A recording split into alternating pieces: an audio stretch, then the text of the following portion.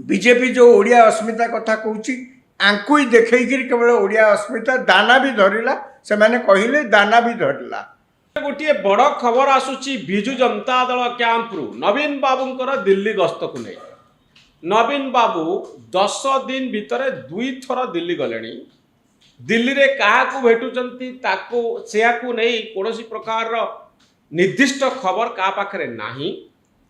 दिल्ली गस्तर कारण कौन ताहा मध्य स्पष्ट होई नाही। द्वितीय थर गस्तरे खबर आसूची जे पांड्यान तांको सहित जाइछंती जहाँ एपर्यंत स्पष्ट भाव में कन्फर्म होइनी। तो नवीन बाबू दिल्ली जीवार कारण कौन? दिल्ली जीवार पूरा अधिकार विरोधी दल नेतांकर अछि, 24 वर्षर मुख्यमंत्री अच्छी। किंतु दिल्ली रे से क्या भेटुचंती आ पछर राजनीति कौन यह जानिबार अधिकार ओडिशा लोकंकर अछि। कारण से होचंती सर्वप्रिय नेता, सबुठारु ओडिशार लोकप्रिय नेता।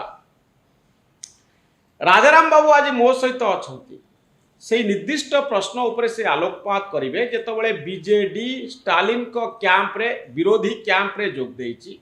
जी नरेंद्र मोदी को चैलेंज करूचंती, बीजेपी को चैलेंज करूचंती। विरोधी शिविर रे बीजेडी गत 22 तारीख दिन चेन्नई रे बैठक रे शामिल होईची डिलिमिटेशन प्रसंग रे मोदी सरकार को घेरिबा। आ सेतिकी बेले हठात नवीन बाबू भारत वर्षर राजधानी दिल्ली को जाउचंती, पॉलिटिकल कैपिटल जोठी राजनीतिर चर्चा हुए, राजनीतिर दिशा निर्णय करा जाए। या पछरे कारण कौन थाई पारे? राजाराम बाबू ए 2 थर गस्त नवीन बाबू करा पछरे कारण कौन थाई?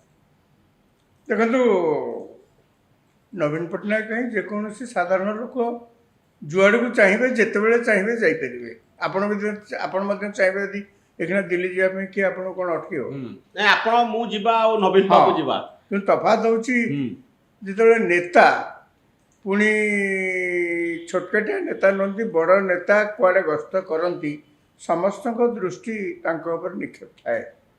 नवीन पट्टनायक जेहेतु 24 वर्ष धरी ओडिशा शासन में थिले, मुख्यमंत्री थिले, गोटे एडे बड़ दल जो दल को कई भेद करें बोलिकी कहुला सी जदि कुआडे जाती समस्ते दृष्टि निक्षेप करिया स्वाभाविक। चर्चा साधारण गस्त को नहीं हेबा स्वाभाविक।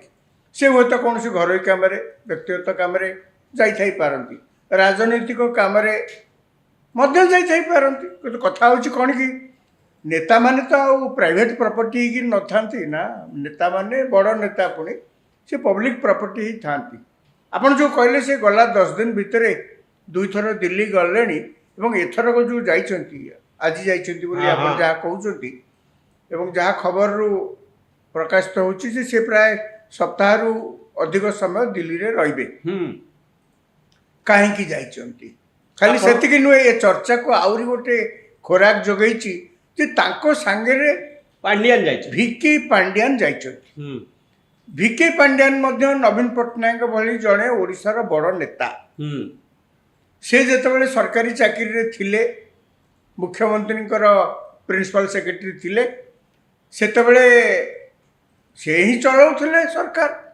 चाकरी रे सिना थिले से किंतु सरकार चलाउथिले, सी बिजु जनता दल को भी चलाउथिले।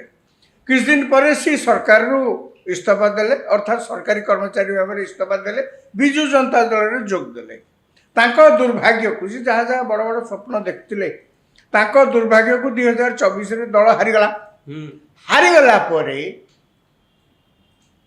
सी जमती कूल किनारा हरेला भाया नई मझिरे डंगा बुड़ीगले जमती अस्तव्यस्त हो कुटा खंड को आश्रय करती लोके बचापी तांको अवस्था कहू गले सेया है बर्तमान आप लक्ष्य करेंगे भिके पांड्यान को कथा कहूँ।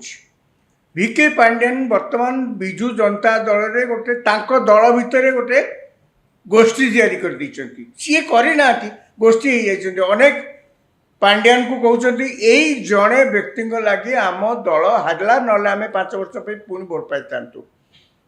बीजेपी जो ओडिया अस्मिता कथा कहूँ आंकु ही देखकर केवल ओडिया अस्मिता दाना भी धरला से माने कहले दाना भी धरला।